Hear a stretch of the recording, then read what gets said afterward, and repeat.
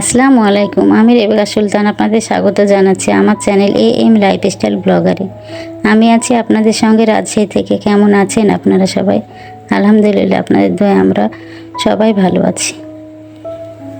আজকে সকালে রান্নাবান্না শেষ করে শোকেসটা গোছাতে চলে আসলাম। মনের ভিতরে একদম ভালো লাগছে না, কেন জানি অশান্তি অশান্তি লাগছে আর খুব খারাপ লাগছে। শুয়ে থাকতেও ভালো লাগছে না, কোনো কাজও ভালো লাগছে না। তারপরও মনে করলাম শুয়ে থাকলে আর হবে না, শোকেসটা মুছে পরিষ্কার করে নিই। শোকের কাঁচটা একদমই যাচ্ছে না, এ পাশে পাশে হচ্ছে না, তাই শোকেসটা মুছতে চলে আসলাম। মনে করলাম বড় শোকেসটা মুছবো, কিন্তু ওটা মুছতে অনেক সময় লাগবে। ছেলের আবার 3টা থেকে প্রাইভেট, সেজন্য ছোটোটাই মশলা পরিষ্কার করছি।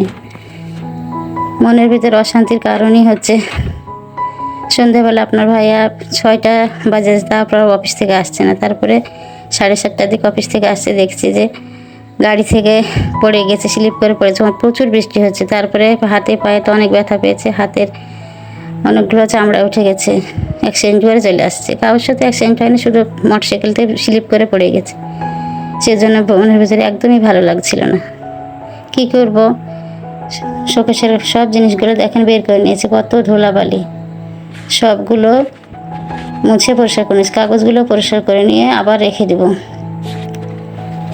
কাজগুলো একদমই সরছে না, এপাশ থেকে ওপাশ যাচ্ছে না। দেখেন একটা কটন বাদ দিয়ে আমি ভেতর থেকে কতগুলো ঝুল বের করছি। অনেক দিন যাবৎ শোকেসটা পরিষ্কার করিনি, সেজন্য সামাইডে পরিষ্কার করেছি।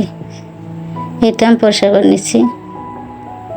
আমার ভিডিওটা যদি আপনাদের এতটুকু ভালো লেগে থাকে, প্লিজ লাইক কমেন্ট সাবস্ক্রাইব করে দেবেন। আর যারা নতুন আমার চ্যানেলের সঙ্গে যোগ হয়েছেন তারা সাবস্ক্রাইব করে দিতে পারেন। আর ফেসবুক পেজ থেকে দেখে থাকলে শেয়ার করে দিয়ে আমার সঙ্গেই থেকে দিতে পারেন।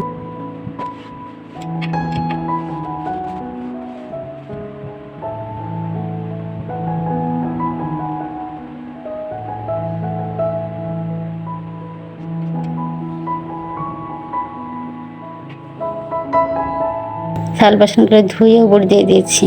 আজকে আর গোছানো হবে না, পানি ঝরে গেলে। পরের ভিডিওতে অবশ্যই দেখাবো কিভাবে আমি শোকেসটা গুছিয়ে নিচ্ছি।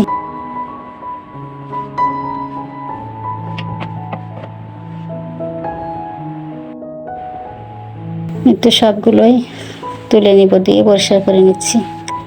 আপনাদের ভাই আর তো সন্ধ্যাবেলা এসেছিল, তারপরে রাত্রে অনেক জ্বর এসেছিল, নাপা খেয়েছে, ওষুধ খেয়েছে, হাতে মলমগুলো নিয়ে এসে লাগাচ্ছে। এখন ফুলেও গেছে, অনেক ব্যথা করছে খুব। আমি কাজগুলো করে নিচ্ছি আর অস্থির অস্থির লাগছে, ভালোই লাগছিল না সেদিন, কেন জানি।